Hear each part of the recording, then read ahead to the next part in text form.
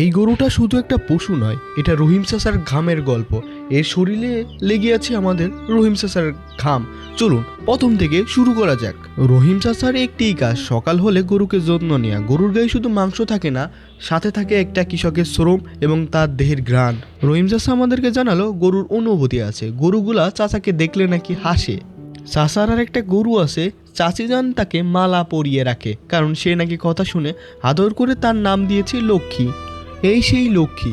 চাচি আম্মা চোখের পানি টলমলো করে বলল, সামনে কুরবানি ঈদ, এদেরকে হাটে উঠাতে হবে। অবলা প্রাণীগুলা জানে না যে তাদের সাথে কি হতে যাচ্ছে।